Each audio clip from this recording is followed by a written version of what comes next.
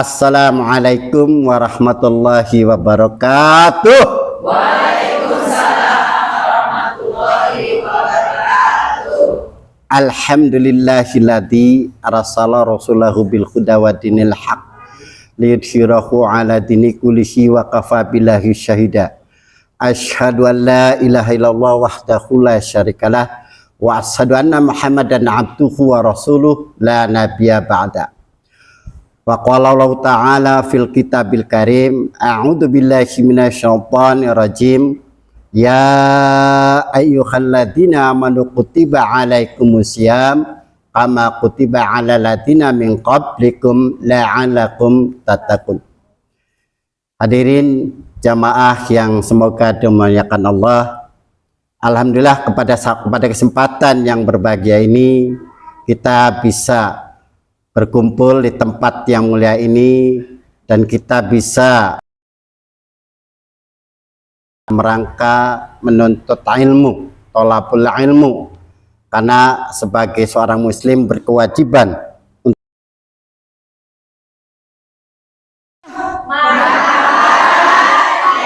Ramadan. Di dalam bulan suci Ramadan ini kita bisa merenungkan pada diri kita bahwa Ramadan tahun ini adalah tahun yang terbaik buat kita, karena banyak saudara-saudara kita yang tidak bisa mengikuti melaksanakan ibadah saum ini. Ada teman-teman kita juga yang sudah mendahului kita dan belum sempat menikmati puasa Ramadan ini. Oleh karena itu, dalam rangka melaksanakan puasa Ramadan ini kita harus betul-betul, ya, karena kenapa? Karena belum tentu Ramadan ini tahun depan kita ketemu.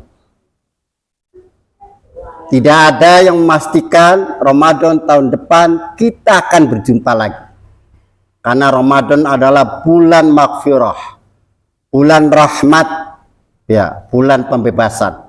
Sebagaimana dikatakan dalam suatu hadis yang diriwayatkan oleh Imam Al-Baihaqi, ya, awala syahri ramadana rahmat wa awsatuhu maghfirah wa akhiru itqum minanar. Awalnya bulan Ramadan adalah rahmat.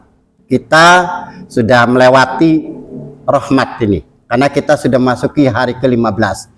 Nah, kita masuk ke awsatuhu maghfirah, pertengahan 10 ke depan sampai 20 itu masuk maghfirah, dan nanti 20 sampai 30 terakhir masuknya adalah pembebasan api neraka.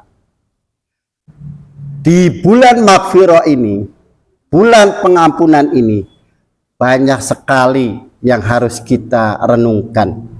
Mungkin para ibu-ibu selama tahun kemarin banyak dosa-dosa yang kita lakukan, baik dosa diri sendiri, dosa kepada suami, maupun dosa kepada orang tua.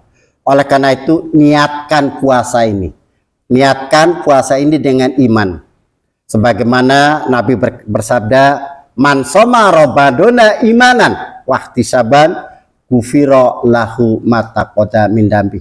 Barang siapa yang berpuasa karena iman dan mengharap pahala dari Allah, maka dosa-dosa yang tahun kemarin akan dihapus. Amin. Kesempatan ini jangan dia-sia-siakan. Ramadan adalah satu momentum yang sangat-sangat dinantikan. Bahkan para ulama-ulama salaf, kalau datang bulan Ramadan itu sudah persiapannya 6 bulan yang lalu. Kita, ya, mempersiapkannya bukan ibadahnya, tapi kita mempersiapkannya apa? Bukannya buka puasanya pakai apa, menunya apa. Nanti kalau menjelang akhir Ramadan, kelalen pakaiannya harus beli yang mana. Kemarin tidak berlaku, sekarang harus yang baru. Ya. Oleh karena itu, kesempatan, ya, untuk meraih ampunan Allah itu banyak sekali. Banyak sekali. Di bulan Ramadan ini harus banyak beramal. amalan-amalannya selain siam, juga kita sholat malam, sholat taraweh. Nabi sudah mengajarkan pada kita, man qoma ramadhana imanan wahtisaban ghufirallahu ma taqaddama min dambi. Barang siapa yang malamnya itu ya ibadah malam, sholat malam itu karena iman dan mengharap ridha Allah, maka diampuni dosa-dosanya. Hadis riwayat Bukhari. Termasuk nanti menjelang kita kedatangan Lailatul Qadar, sama. Man qama Lailatul Qadri imanan wahtisaban ghufirallahu ma taqaddama min dambi. Ya.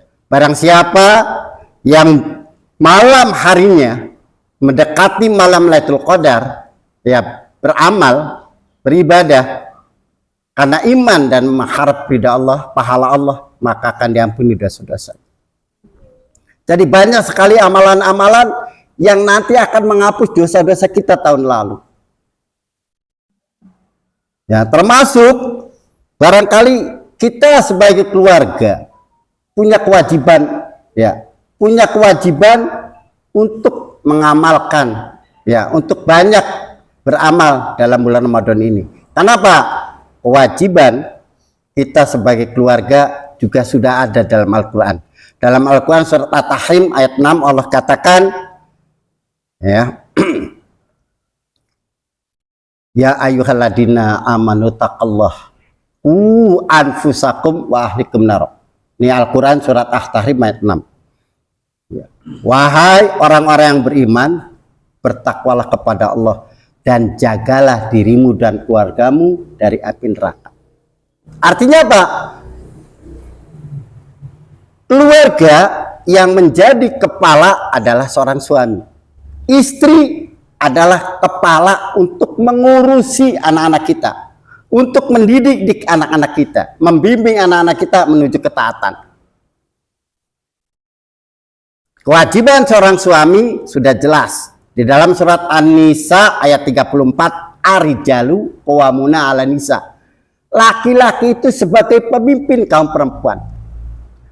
Jadi kalau kita sebagai ibu rumah tangga berkewajiban untuk mengingatkan suami, ya, seorang suami diwajibkan untuk mengingatkan istri-istri kita untuk taat kepada Allah Subhanahu wa Ta'ala. Bagaimana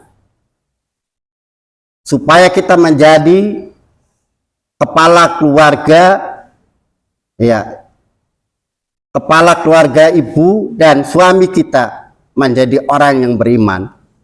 Ada beberapa ciri, ya, orang-orang yang beriman. Kenapa? Karena orang-orang yang beriman ini beruntung. Dalam surat Al-Mu'min ayat 1, ya, qad aflahal mu'minun. Sungguh beruntung orang yang beriman. Kenapa? Karena puasa itu diwajibkan untuk yang beriman. Tidak ya ayuhan nas, bukan wahai manusia, bukan. Jadi ya ayuhal ladina amanu, wahai orang-orang yang beriman. Ya. Ciri-cirinya apa? Yang pertama dalam surat Al-Anfal, ya, ayat 1, innamal mu'minuna ladzi idza dzukirallahu wajilat qulubuhum. Sesungguhnya orang-orang yang beriman adalah apabila mendengar, ya, mendengar nama Allah disebut, bergetar hatinya. Hatinya bergetar, bukan begini, itu mah masuk angin. Bukan begini, panas dingin. Ya, bukan begini, itu dapat duit, ya. Tapi bergetar hatinya apa? Dilanjutkan dengan aladina yuqimuna sholata wa mimma razaqnahum yunfikun. Yaitu orang-orang yang mengerjakan sholat dan memberikan infak, ya, memberikan sebagian infak karena harta yang kita dapat dari Allah. Bagaimana sholatnya? Nah, Sholat itu kewajiban. Kewajiban mulai dari anak umur 7 tahun harus diajari sholat. Tidak pandang itu anak kita laki-laki atau perempuan, wajib mengajarkan sholat. Kalau tidak mau, pukul pakai lidi. Kenapa? Karena menjaga supaya keluarga kita itu bebas dari api neraka. Anfusakum wa ahlikum naro, At-Tahrim ayat 6. Menjaga. Jadi tugasnya siapa? Seorang suami, seorang bapak. Kalau belum sempat seorang suami, bapak mengajarkan anak kita, kalau single parent, maaf, itu berarti seorang ibu. Ibu yang tegar dan tangguh untuk mendidik anak-anak kita. Sholat, ya, 5 waktu diajarkan dari kecil. Tapi kalau kita mengajarkan sholat ke anak-anak kita, kitanya harus sholat dulu. Kitanya harus rajin sholat. Beri tauladan, kitanya sholat. Bapak-bapak, kalau sudah kedengaran suara adzan, Allahu Akbar, bergetar hati kita. Ya, bergetar. Bukan mendengar suara lagu dangdut, kita bergetar, joget itu namanya. Ya, bergetar hati kita. Kenapa? Nama Allah disebut. Kalau sudah azan berkumandang, berarti kita punya kewajiban. Sami'na wa ata'na. Di dalam surat Al-Baqarah ayat terakhir itu. Saya dengar dan saya taat. Ini kewajiban kita. Anak-anak kita suruh sholat di masjid. Perempuan bisa sholat di masjid, bisa sholat di rumah. Kecuali dalam kondisi kita dalam sakit, bisa di rumah. Kalau sholatnya kita benar, itu maka tidak ada maksiat di dunia ini. Ya, tidak ada kerusakan-kerusakan di muka bumi. Kenapa? Di dalam surat Al-Ankabut ayat 45, ya, inna sholata tanha 'anil fahsya'i wal munkar. Sholat itu, sesungguhnya sholat itu mencegah dari perbuatan keji dan munkar. Tidak ada begal, tidak ada rampok. Kalau umat Islam sholatnya betul. Iya. Kalau sholatnya hanya sholat saja, tidak meresapi bacaan dan ayat-ayat yang dibacakan, maka sholatnya belum bisa mencegah dari perbuatan keji dan munkar. Tuh. Jadi harus betul-betul dipahami. Doa iftitah, Al-Fatihah, diresapi artinya. Bismillahirrahmanirrahim, dengan nama Allah yang Maha Pengasih dan Penyayang. Alhamdulillahirabbil alamin, segala puji bagi Allah Tuhan sekalian alam. Ar-Rahmanirrahim, yang Maha Pengasih dan Penyayang. Maliki Yaumiddin, yang menguasai hari pembalasan. Iyyaka na'budu wa iyyaka nasta'in, hanya kepada Allah aku mohon dan hanya kepada aku. Sampai terakhir. Ya, dengan meresapi bacaan-bacaan itu termasuk zikir. Dan insya Allah kalau sholatnya sudah benar gerakannya, terus meresapi makna yang kita baca, maka akan hati kita akan bergetar. Mulanya kalau ulama-ulama terdahulu kalau membaca surat itu menangis. Apalagi kalau yang dibacanya ayat-ayat tentang neraka, itu nangis. Iya. Kita kalau jadi jamaah yang dibacanya ayat-ayat yang panjang, gelendeng. Iya, marah. Kok lama pisan sholatnya? Kesel. Iya, capek. Tapi kalau ulama-ulama terdahulu, ya, bacaan-bacaannya itu panjang-panjang. Zaman berbeda. Kalau sekarang ya harus dilihat kondisi jamaahnya. Kalau jamaahnya kebanyakan yang sudah tua renta, maka bacaannya yang pendek-pendek. Jangan yang panjang-panjang. Kenapa? Tidak kuat nanti. Sholatnya tidak khusyuk. Jadi sholat adalah tiang agama. As-salatu imaduddin. Ciri-ciri orang kafir dengan orang muslim adalah sholat. Dalam hadis Nabi itu. Jadi kalau orang kafir tidak akan pernah sholat. Ada orang yang muslim tapi tidak pernah sholat, itu hatinya sudah mulai kufur, ya, mengingkari semua apa yang disyariatkan oleh Allah kepada hambanya. Dan sholat itu penting. Kenapa penting? Karena nanti di akhirat itu akan ditanyakan. Iya, akan ditanyakan. Dalam hadis Nabi yang diriwayatkan At-Tirmidzi, ya, awalu ma yuhasabu bihil abdi yaumal qiyamah. Pertama kali yang akan dihisab di akhirat adalah sholat. Jamaah.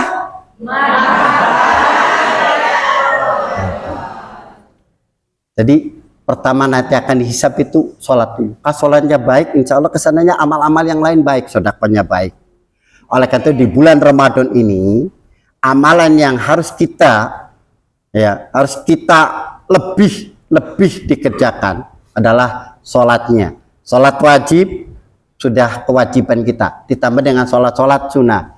Yang kedua, barangkali yang lebih penting adalah sedekah, yang tadi infak, ya. Bab di dalam hadis yang diriwayatkan At-Tirmidzi juga. Ail afdalu sedekah, qala sedekah fi Ramadan. Ya. Amalan yang paling utama sedekah di bulan Ramadan. Jadi mumpung di bulan Ramadan ini, ya, mumpung kita masih diberi nafas hari ini, ya, maka perbanyaklah sedekah. Tidak usah melihat besar kecilnya sedekah, tapi yang dilihat adalah keikhlasan kita. Ya. Bagus kalau kita pengen sedekah tanpa orang lain tahu. Itu yang lebih bagus. Memang puasa ini tidak ada ria, tidak kelihatan orang puasa itu ria, tidak ada. Tapi kalau sudah ada perkataan yang berpuasa itu, maka bisa jadi ria. Saya malam sholat taraweh 24 rakaat, saya 11. Kalau sudah terucap, saya malam ngaji tadarus 10 juz. Nah, itu akan timbul rasa ria. Ya, bangga, membanggakan diri apa yang diperbuat. Nah, itu bahaya sekali. Ya, bahayanya sangat-sangat sekali. Selain daripada sholat, ya, dan sedekah, maka mungkin dalam hidup kita ini banyak ujian. Ujian hidup itu pasti. Ya, setiap manusia pasti akan diuji. Kenapa? Karena untuk meningkatkan kadar keimanan kita. Kadar keimanan kita akan meningkat kalau setelah diuji. Kalau tidak pernah diuji, maka iman kita akan stagnan. Diam, tidak naik. Mungkin bisa turun juga. Bisa turun juga itu. Oleh karena itu, ujian dalam hidup ini digambarkan dalam surat Al-Baqarah 155, wala nablawakum ya bisa minal khaf wal zu, ya. Terusnya wa nafsi min amwal wal anfus wasamarat. Ya. Allah itu menguji dengan hambanya dengan satu walzu, rasa takut. Ya. Takut apa? Takut miskin, takut tidak naik jabatan, ya, takut tidak dicintai suami, takut kehilangan suami. Terus ujian yang kedua, harta. Wa naqsimin amwal, harta yang kita pun sebetulnya hanya titipan. Harta itu ada 3, Ibu. Jamaah. Harta ada 3. 1, harta yang dipakai, yang digunakan, itu nanti akan jadi kotoran. Contoh, hari ini mau makan buka bersama di luar, makannya di mana? Misalnya di tempat-tempat mall, maka mampir di tempat mall dan kita makan di sana, Kokana, itu yang kita makan harganya 40k, 45k, yang kita makan, harta yang kita makan hari itu, ya, maka akan keluar bentuknya kotoran. Tidak ada pas kita makan keluarnya daging sapi, nggak mungkin. Pasti kotoran yang kita makan. Makan gacoan, keluarnya bukan mie, tetap kotoran. Kotoran yang bau sekali. Iya. Minuman yang enak, mixu, tetap kotoran yang keluarnya, bukan susu yang keluarnya. Itu. Jadi harta yang kita makan, ya, maka akan banyak kotoran. Harta yang kita simpan, ya, kita punya rumah, punya mobil, punya motor, punya tanah, ya, punya bandara. Enggak mungkin bandara mah terlalu luas, ya. Punya ternak, sapi, ya, kambing, ayam, itik, ya, semua yang kecil-kecil, semua kumpul banyak, hartanya berlimpah, miliuner. Harta itu akan jadi warisan buat siapa? Anak-anak kita. Kita tidak akan menikmati selamanya. Kita dadakan beli mobil Alphard yang baru 250 juta. Besoknya meninggal. Siapa yang dapat mobil itu? Anak kita yang nyetir mobil, yang jalan-jalan kilik anak kita. Kitanya ada di kuburan. Ya, itu harta yang kedua. Yang ketiga, harta yang digunakan adalah harta yang kita sedekahkan, yang kita infakkan ke masjid, madrasah, atau kita ke fakir-fakir miskin, anak yatim piatu. Itu harta yang akan menemani kita di alam kubur. Ya, oleh karena itu jangan jadi orang yang pelit, jadilah orang yang dermawan. Harta yang disedekahkan tidak akan berkurang. Kecuali harta yang kita makan akan berkurang.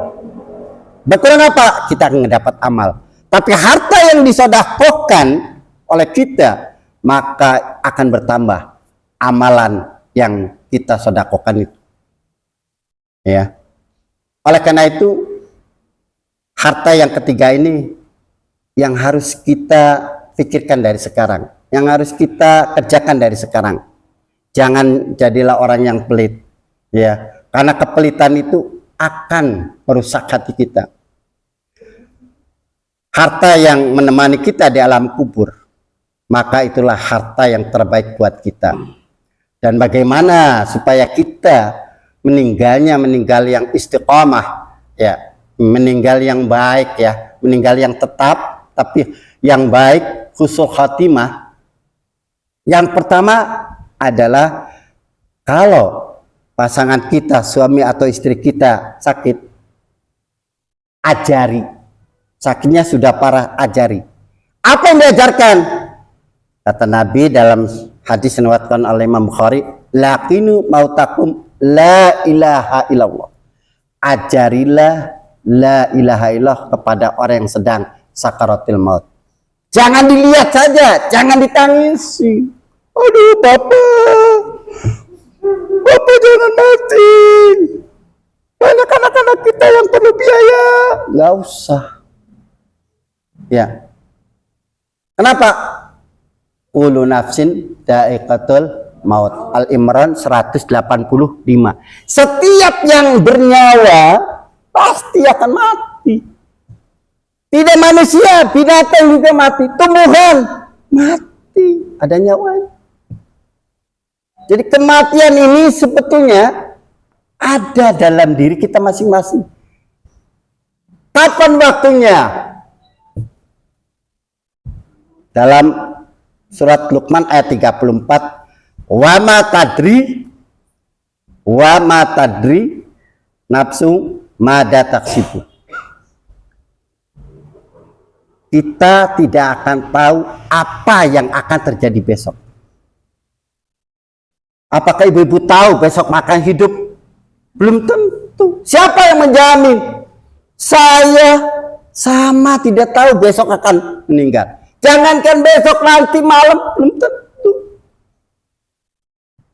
Ya, ini renungan buat kita. Kenapa? Kalau manusia sudah mengidolakan dunia dan melupakan kematian, maka kata-kata kalimat thayyibah la ilaha illallah tidak akan nempel dalam mulut kita. Dalam hadis Abu Daud, Nabi mengatakan, "Man akhiru kalamihi la ilaha illallah dakhala jannah." Indah sekali itu. Kalau meninggalnya la ilaha illallah, lagi sholat, ya, lagi baca Quran, lagi mendengar pengajian, lagi mendengarkan tausiah, malaikat Israel datang, kita lagi mendengarkan ini, insya Allah husnul khatimah, bukan suhul khatimah. Kenapa? Walaupun kalimat yang terucap oleh kita bukan kalimat thayyibah, tapi tempat yang kita ini, yang kita lagi mendengarkan tempat yang mulia, maka insya Allah kita akan makan. Jadi kalau pasangan kita, bapak, ibu, anak kita, orang tua kita menghadapi sakaratul maut, ajari bu, la ilaha, di mana? Di telinga. La ilaha illallah. Orang yang sakaratul maut itu orang yang akalnya sudah mulai hilang, dan yang akan terbayang oleh orang yang sakaratul itu adalah setan. Depannya itu setan dengan malaikat bersaing. Kalau kita sering mentalkinkan orang yang meninggal, mau meninggal, bukan meninggal, orang yang mau meninggal, maka insya Allah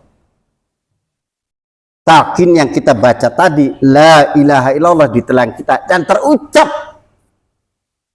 ya, terucap melalui lisan orang yang sakaratul maut, maka akan dijamin masuk surga. Itu ciri-ciri yang pertama orang yang husnul khotimah, bu. Jadi bacaannya la ilaha illallah. Yang kedua adalah berkeringat. Keringat pas meninggal, dan itu suara nyawa yang akan keluar itu berbeda-beda. Saya pernah mengalami suara orang yang mendekati azal, itu suaranya kayak orang mau disembelih. Itu keras, ngorok. Kalau sudah sampai di sini hilang suaranya. Yang ada ceklok. Ada yang cekloknya, ada yang matanya melotot. Ya, ada yang senyum, subhanallah. Mulanya orang-orang Palestina itu banyak yang syahid. Kenapa? Dibom, sama Israel, meninggal senyum. Bahkan ada yang wangi badannya, bukan kita, badannya bau. Orang-orang Palestina itu syuhada semua, hampir 80% orang syuhada, dan kita iri. Kenapa? Mereka udah dijamin masuk surga. Kita merdeka, tapi kita banyak melalaikan dunia ini, ya. Dunia ini kita harusnya dilalaikan. Kita tertipu oleh dunia ini. Padahal kan wamal akhiratu khairu wa abqa, ya, dalam surat Ad-Duha itu. Negeri akhirat itu kekal. Kita sementara, bu, Nabi aja umurnya 63 tahun. Ya. Kemarin saya lewat, ada yang meninggal bulan Ramadan di Pegambiran. Ada bendera kuning. Ciri-cirinya yang meninggal bendera kuning. Bukan partai Golkar, itu ciri-cirinya meninggal. Itu ada bendera kuning dari kertas, bukan dari bahan. Ternyata ia meninggal bulan Ramadan. Ya. Ciri yang ketiga kalau husnul khatimah adalah meninggal malam Jumat. Mau kliwon, mau pahing, mau sage, ya, pokoknya malam Jumat, ya, malam Jumat. Itu Kalau meninggalnya malam Jumat, insya Allah itu husnul khotimah. Bulannya harus banyak berdoa sekarang tuh. Ya, di bulan Ramadan ini harus berdoa. Kenapa? Karena doa kita pasti akan dikabulkan. Dalam surat Al-Mu'min 60, ud'uni astajib lakum. Berdoalah kepadaku, niscaya Allah akan ngabulkan doa. Ya Allah, sambil malam-malam sholat tarawih boleh, setelah sholat tarawih boleh, sholat tahajud boleh. Mudah-mudahan matikanlah kami dengan mati yang baik. Ya, mulanya kalau kita membaca doa selamat ada terakhirnya tengah-tengah. Allahumma hawin alaina fi sakaratil maut. Ya Allah, mudahkan kami untuk menghapuskan sakaratil maut. Orang yang lagi sakaratil maut itu sakitnya sama dengan 7 kali di pedang. Tebas, sakit-sakit mengeluarkan roh kita. Iya, ini banyak berdoa. Di bulan yang penuh maghfirah ini minta ampunan. Istri kalau punya kepada salah suami, tiap hari minta ampunan tuh. Ya yang bebek, ampuni saya, barangkali tadi saya mengucapkan kata-kata yang tidak baik, menyakitkan. Jangan nunggu lebaran, Idul Fitri. Ya, ya, wahai ibu, maafkanlah saya, barangkali saya sebagai suami menyakiti istri saya, minta maaf. Jangan kalau ada yang pengen baru minta maaf. Iya, mulanya membahagiakan istri mudah sebetulnya. Kasih tahu suami. Pertama, kalau semua berangkat cium tangan. Iya. Kecup keningnya sini. Ceplok. Deh. Usap kepalanya, bukan usap kantongnya, itu mah duit. Usap kepalanya. Ya, minta diusap itu. Ngomong ke suami, subhanallah. Walaupun gak dikasih duit 1 bulan, istri senang itu. Maksudnya seneng gak akan dikasih makan itu ya. Tapi itu hal yang sepele, tapi membuat bahagia istri. Iya, makanya istri saya tuh kalau lupa saya sering di WA. Abah lupa ya? Oh iya. Jadi nanti dirapel ya? Iya. Jadi kalau pulang jemput dirapel. Iya.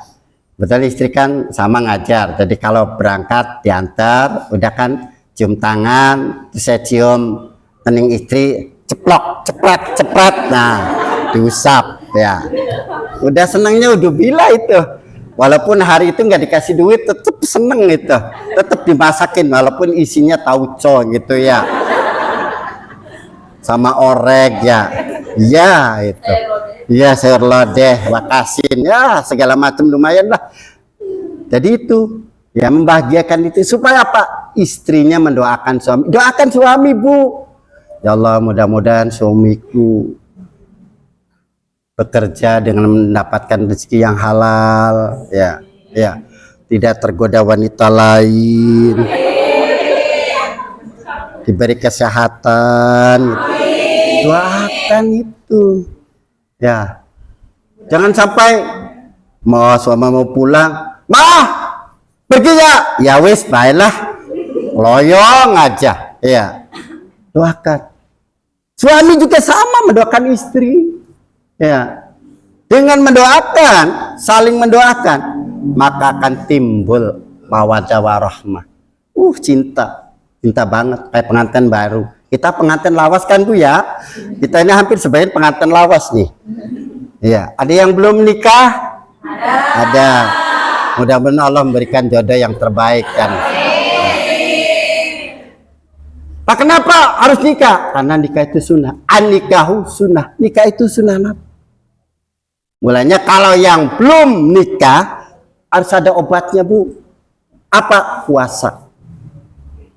Kalau orang yang belum menikah dengan umur yang sudah hampir 25 sampai 30 tidak puasa, syahwatnya itu membara. Iya. Nafsunya itu besar, melebihi nafsu kuda liar.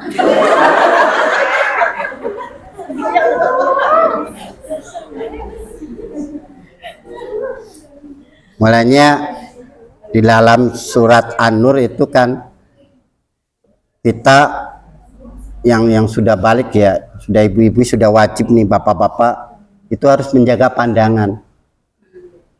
Ya, pandangannya itu dijaga. Dalam surat An-Nur ayat 30, Qul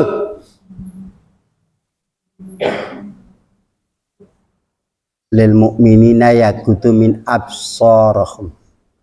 Katakanlah, wahai laki-laki yang beriman, jaga pandangan. Di mata ini jangan diumbar. Ayat 31-nya, qul lil mu'minati yaghuddu min absarihim. Wahai perempuan-perempuan yang beriman, jaga pandangan. Bab ini mata ini panah beracun ini.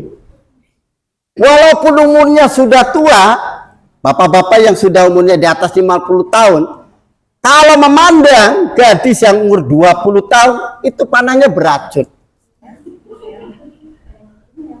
Ya. Panahnya itu beracun, syahwatnya itu keluar.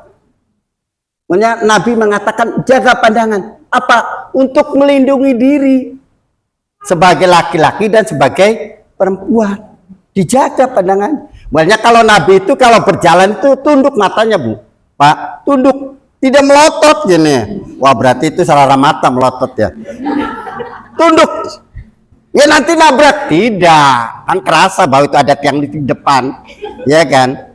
Jadi kalau maksudnya bertunduk itu kalau berpapasan dengan seorang perempuan, maka itu menunduk. Ya sekali-kali mah nggak apa-apa lah, Pak. Nggak bisa. Apalagi kalau perempuannya pakaiannya tidak menutup aurat, ya, seksi, masih gadis, itu laki-laki akan meleleh kayak es krim. Kenapa? Syahwatnya itu akan mengumbar dan akan terjadilah perzinahan. Padahal kata Allah katakan wala taqrabu zina. Jangan dekati zina. Mendekat saja nggak boleh. Jadi intinya pandangan mata ini harus dijaga oleh laki-laki yang beriman dan perempuan yang beriman. Laki-laki sama menjaga pandangan. Perempuan sama menjaga pandangan. Jangan menggoda laki-laki yang beriman. Sekarang banyak perempuan yang menggoda laki-laki beriman. Kalau sudah walaupun laki-lakinya mentalnya kuat, imannya kuat, digoda oleh perempuan, pasti akan imannya akan turun. Pasti, Bu. Pasti akan turun imannya. Kalau sudah tergoda oleh perempuan yang cantik, duhai, pipinya lesung, ya, giginya bercahaya, neng, gitu ya, hidungnya mancung, waduh, subhanallah, lewat, ustadz lewat berpapasan, lirik, itu lirikannya nggak berhenti, walaupun sedikit pura-pura, wow, sudah nggak ada, hilang, ya, itu jadi sekarang itu harus berhati-hati dengan pandangan. Ya, pandangan mata kita tetap harus. Karena bagaimanapun pandangan adalah racun kemaksiatan. Mulanya janganlah sering-sering ke mall. Terutama bapak-bapak, jangan sering ke mall. Ibu-ibu sama, jarang sering ke mall. Kenapa? Kalau bapak-bapak sering ke mall, pasti di mall itu banyak. Banyak apa? Banyak manusia-manusia yang berkeliaran yang tidak bertanggung jawab. Coba bayangkan di mall itu kan banyak campur baur itu ya. Ikhtilat ya. Artinya apa? Campur baur laki-laki dan perempuan yang bukan muhrim. Berat sekali itu tantangannya buat kita. Iya. Apalagi kalau kita coba lagi berjalan mau beli pakaian, di sebelahnya nawar ibu-ibu ya. Udah ibu-ibu pakaiannya tidak menutup aurat, seksi lagi, itu melirik sekali itu keterusan, lupa pakaian yang dipegang itu jatuh. Iya. Kenapa? Godaan. Sekuat-kuatnya laki-laki pasti ada perasaan.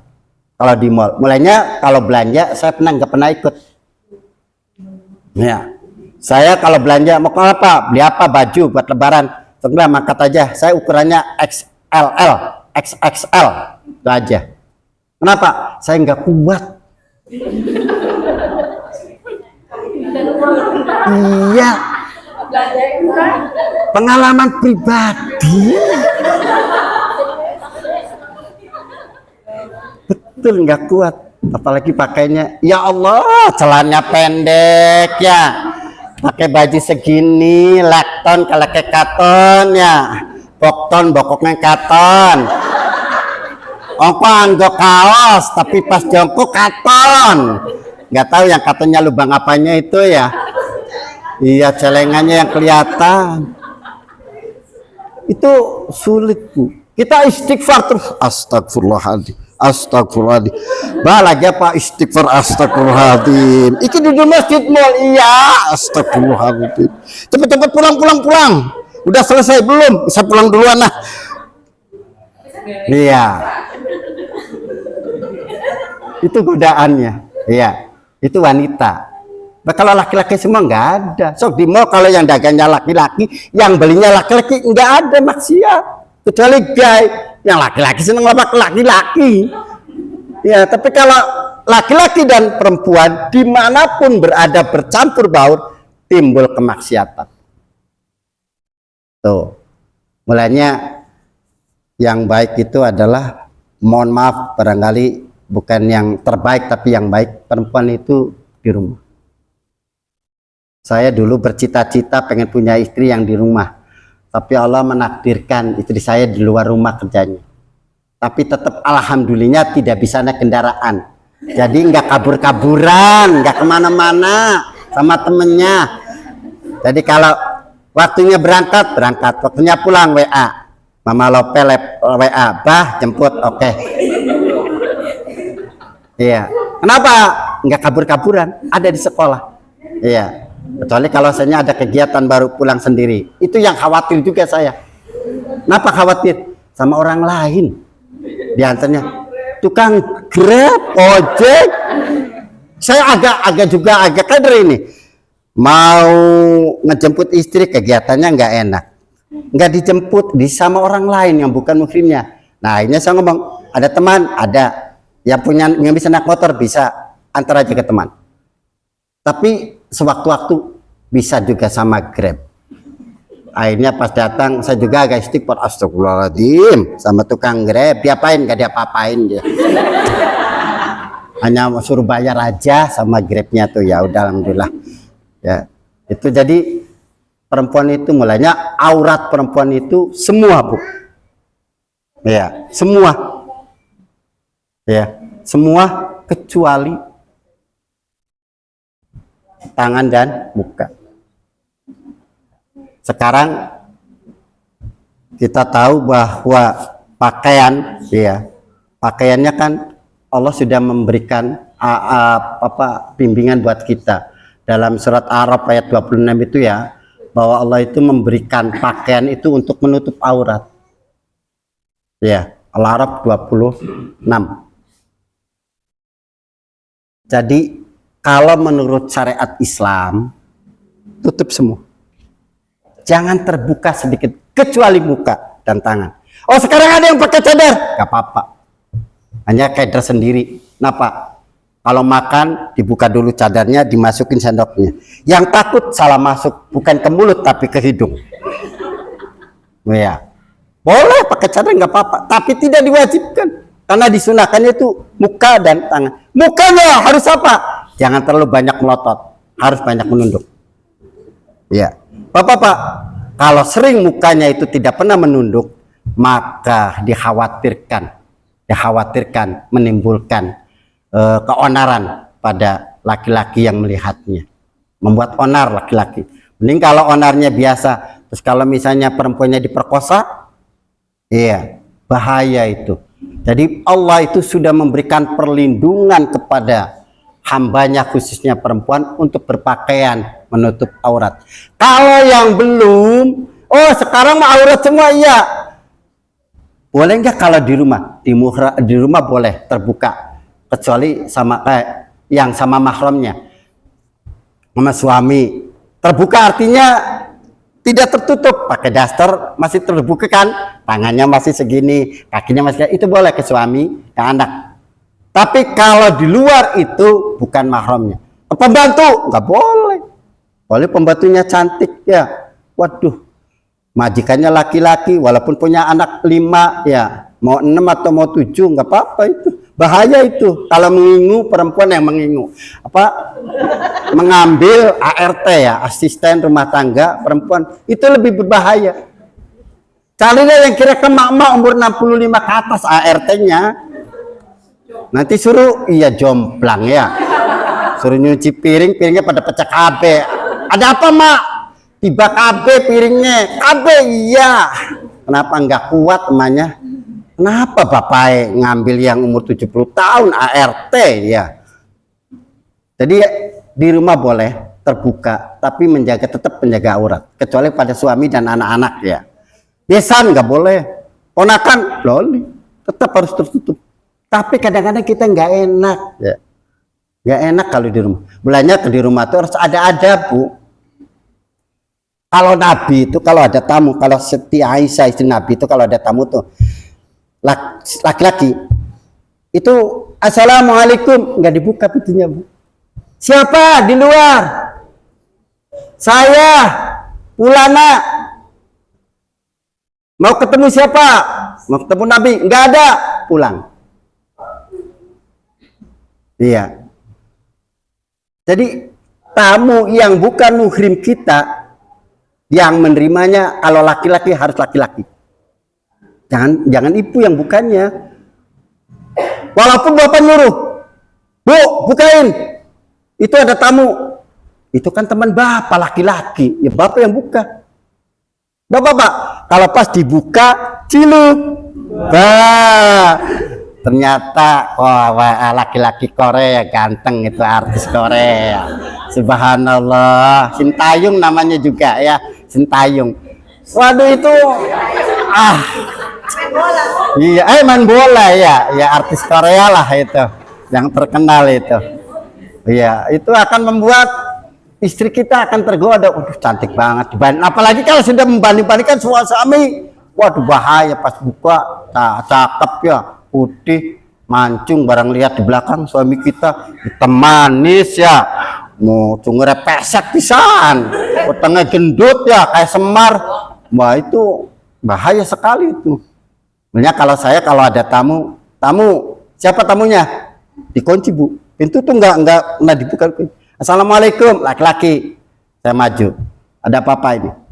Nah, nanti kalau itu saudara atau tamu dekat yang ngasihkan minuman atau air hidangan, jangan ibu, laki-laki lagi. Tunggu di sini, saya ambil air. Kalau yang tamunya perempuan, ya ibu. Saya di kamar aja, duduk aja tiduran. Tamu siapa? Perempuan. Teman siapa? Itu teman kerja. Ya diladeni sama istri saya. Minumnya yang ambilnya istri. Kalau ada jaburan-jaburan nggak ada ya minum aja air putih. Kalau nggak ada air putih gelasnya bah. Itu adab ya Bu. Jadi kita harus, orang Islam tuh banyak adab untuk melindungi keluarga kita. Kalau kitanya tidak hati-hati, maka akan terjadilah kemaksiatan. Nah, kadang-kadang, mohon maaf, barangkali saya tuh kurang seneng healing tuh. Terus terang aja, kalau sudah bepergian tuh ya, nengok yuk, healing. Berpariwisata, kemana ke Jogja, kemana-mana. Campur laki-laki perempuan, saya tuh agak deg-degan hati tuh. Iya, ada deg-degan. Terus kaluan healing sama pasangan hidup. Ya, naik motor duaan mau kemana healing? Tempatnya Pak, Sawah Lope. Udah duaan aja. Kalau memang itu masih ada pasangan. Kalau single parent, ya dengan anak-anak kita. Udah, itu akan selamat. Kalau sudah healingnya bercampur baur dengan yang bukan muhrim, walaupun itu satu teman kerja, tetap itu tuh ada kemaksiatan yang akan terjadi. Itu pasti. Ya. Ya kalau gitu nanti pikirannya pusing, hatinya nggak tenang, kalau nggak healing tuh kata siapa?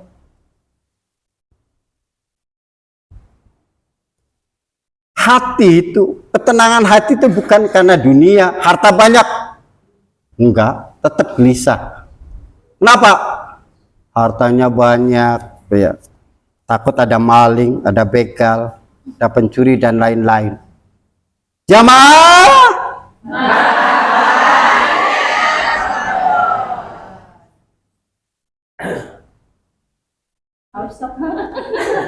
Oleh karena itu, ketenangan hati, ya, pikiran ada di hati. Dalam Al-Quran itu ada satu ayat yang berbunyi, ala bi dzikrillahi tatmainul qulub.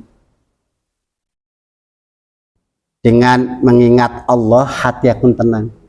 Jadi bukan karena harta yang banyak, jabatan, itu gawe pikirannya pusing. Istri yang cantik pusing. Pusing apanya? Sok aja lihat. Pusing bagi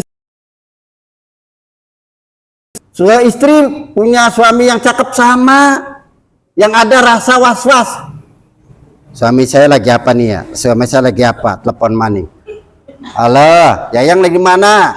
Ini lagi kerja. Oh iya, ternyata lagi di hotel. Puan. Ya. Istri sama suami juga.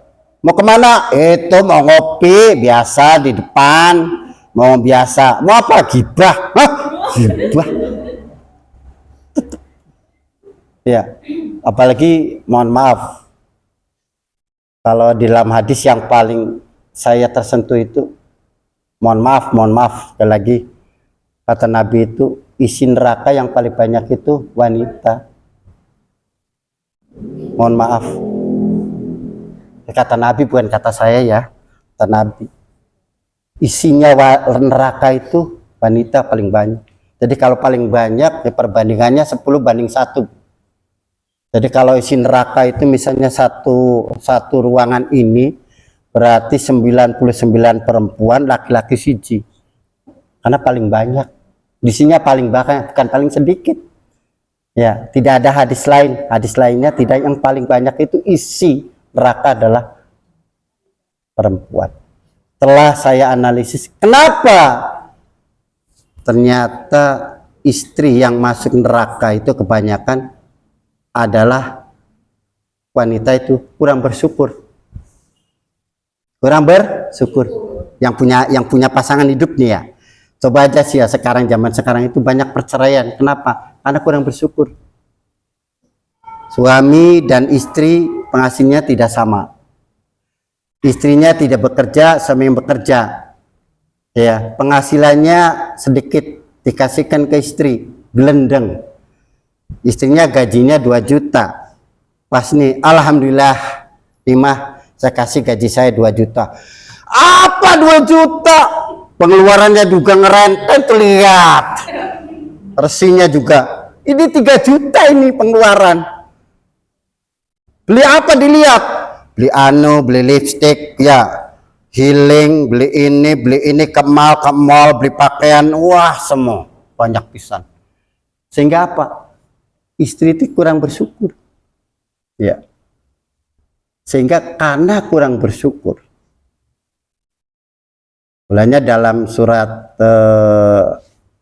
Ibrahim ayat 7, la in syakartum la ajidanakum wa la in kafartum ina azabi asyad. Apabila kamu tidak bersyukur, maka kamu la in syakartum la in syakartum la ajidanakum wa la in kafartum ina. Apabila kamu kurang bersyukur, maka itu jelas azab. Intinya ayat ini. Jadi membuat wanita itu kebanyakan masuk neraka adalah kurang bersyukur. Yang kedua, banyak perbuatan yang tidak bermanfaat. Yang tidak bermanfaat. Mulanya dalam bulan puasa ini kan salah satu yang membatalkan pahala puasa, ya, pahala puasa. Dalam hadis Ibnu Majah, ruba shaimin laisa lahu min syamihi illa zu'i wal atas. Betapa banyak orang yang berpuasa tapi tidak mendapatkan puasanya itu selain lapar dan haus. Hadis ini dikaitkan dengan kenyataan banyak orang-orang Islam yang orang-orang mukmin muslim yang berpuasa tidak dapat apa-apa. Satu, karena banyak berbuat yang tidak bermanfaat. Contoh, sering banyak menggunakan HP yang tidak bermanfaat. Itu sambil ngabuburit, salah. Iya, nonton film Korea, TikTokan. Nah, kumpul dengan teman-teman, gibah, membicarakan orang lain, ya kan? Padahal udah jelas itu dalam hadis Abu Daud, ya, la yadkhulul jannah fi namamah. Tidak akan masuk surga orang yang gibah. Ya. Walaupun ada laki-laki juga bergibah ada, tapi punya keterbatasan. Tapi kalau perempuan kalau sudah bergibah merembet kemana-mana. Iya. Sampai nanti ujung-ujungnya adalah pertengkaran karena gibah. Ya, itulah perempuan. Mulutnya, mulut harus kita jaga. Ya, mulut harus kita jaga.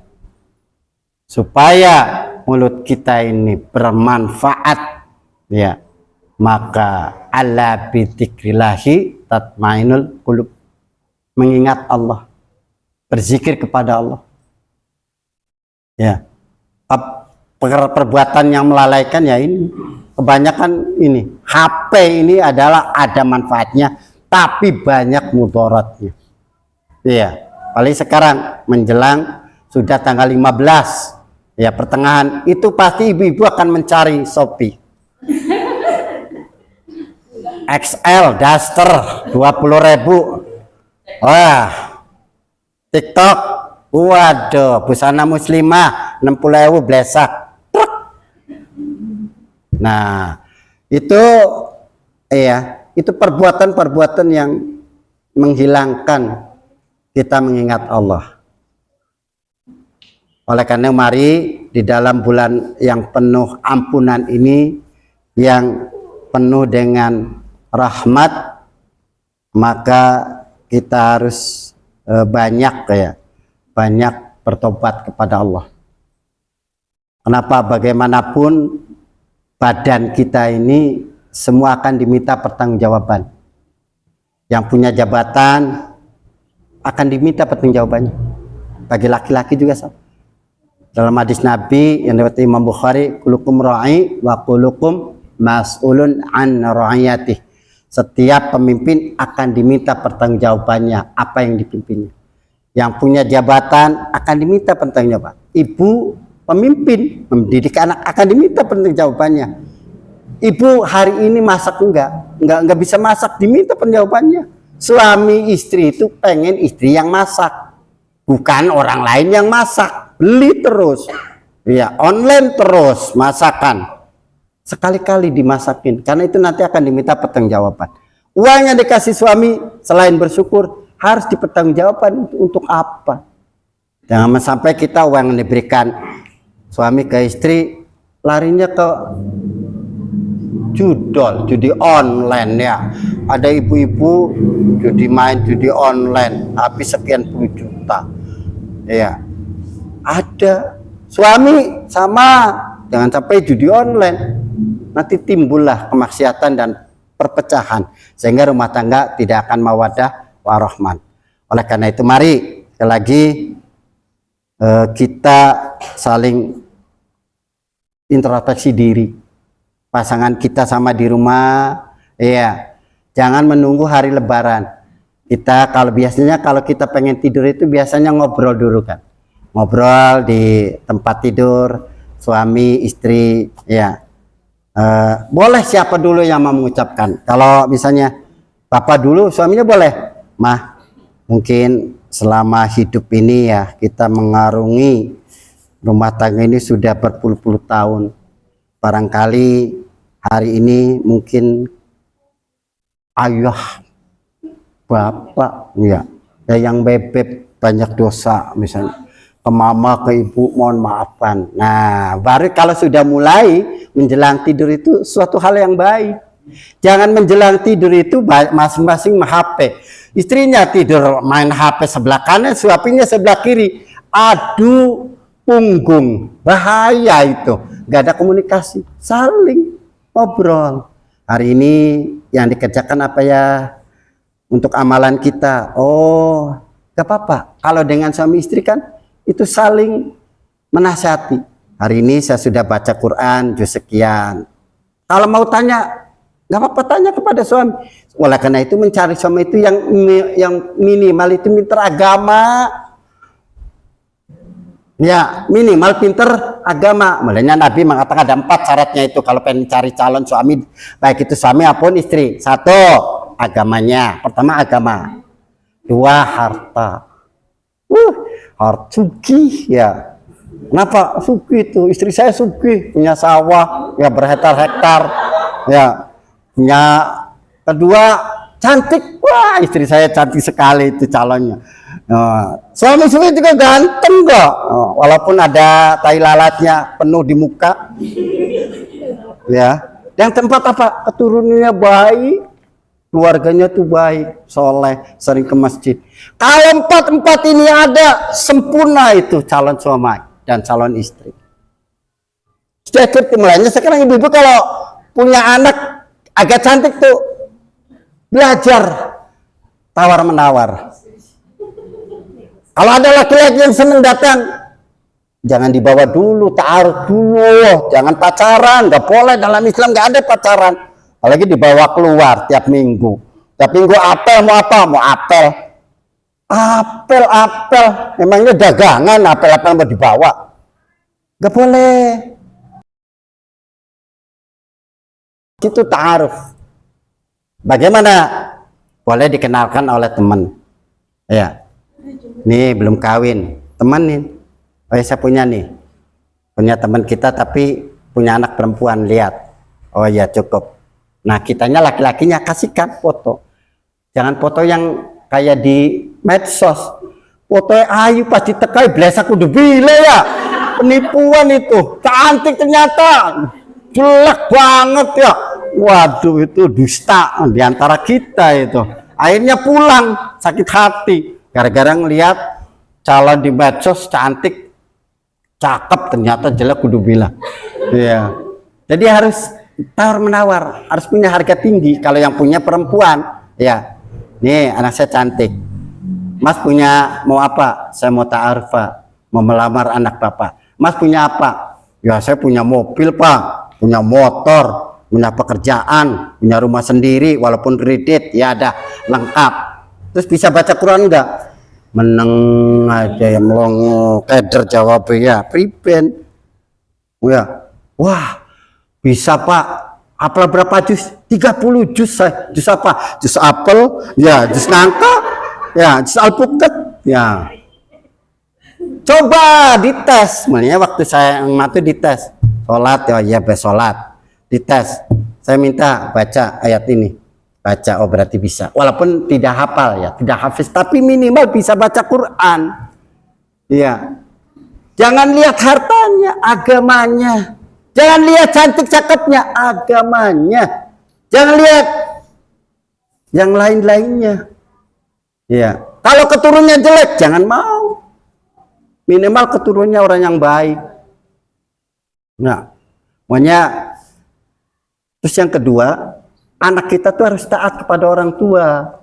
Kalau diomong nurut sama orang selama orang tuanya benar.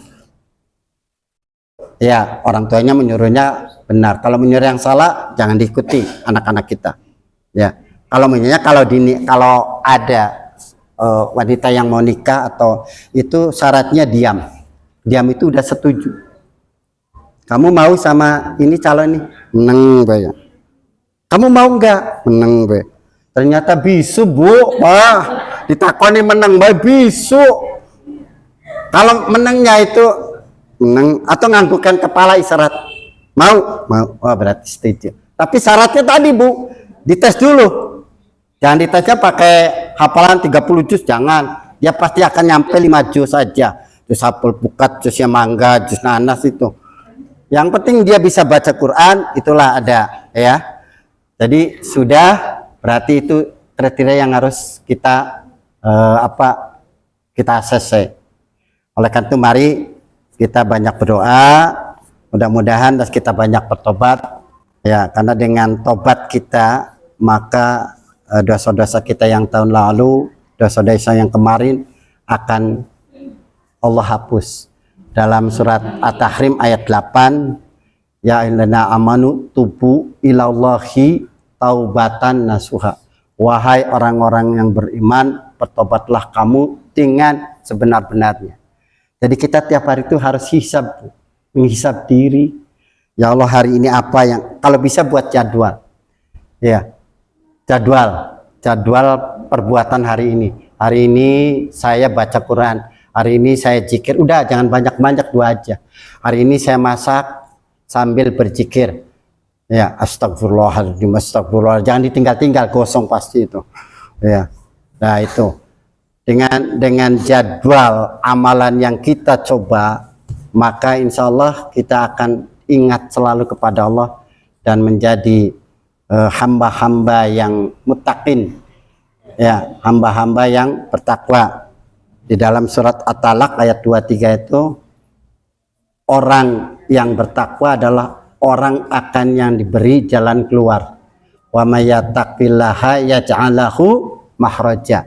Barang siapa kita bertakwa, maka kita akan diberi jalan keluar. Jadi sesulit apapun hidup kita ini, sepusing apapun pikiran kita menghadapi dunia ini dan keluarga kita, kalau kitanya bertakwa ada jalan keluar. Ya. Dan ayat berikutnya, Allah akan memberi rezeki yang tidak disangka-sangka. At-Talaq 3. Kita lagi pas-pasan nih, datang saudara kita ngasih uang, datang teman kita ngasih rezeki, ya. Itu. Jadi intinya di bulan Ramadan adalah la'alakum tatakun. Pengen menjadi orang yang takwa. Tapi tidak semudah kita ucapkan. Tapi tidak semudah sebulan yang kita hadapi. Menjadi orang takwa tidak bulan Ramadan, akan dilihat setelah Ramadan apa yang akan diperbuat. Apalah lebih taat atau seperti biasa. Makanya kalau orang yang Ramadannya berhasil, dilihat apa lebih rajin ibadahnya atau malas. Kalau malas berarti takwanya tidak pernah bisa diraih. Ya. Takwanya tidak pernah didapat. Tapi kalau lebih rajin dari setelah bulan Ramadan, maka kita berhasil menjadi orang yang fitrah, hatinya bersih, ya, dan menjadi orang-orang beriman yang beruntung. Itu saja barangkali ceramah hari ini. Mudah-mudahan apa yang disampaikan bermanfaat khususnya kepada ibu-ibu dan bapak-bapak. Akhirul kata, billahi taufiq wal hidayah. Wassalamualaikum warahmatullahi wabarakatuh. Jamaah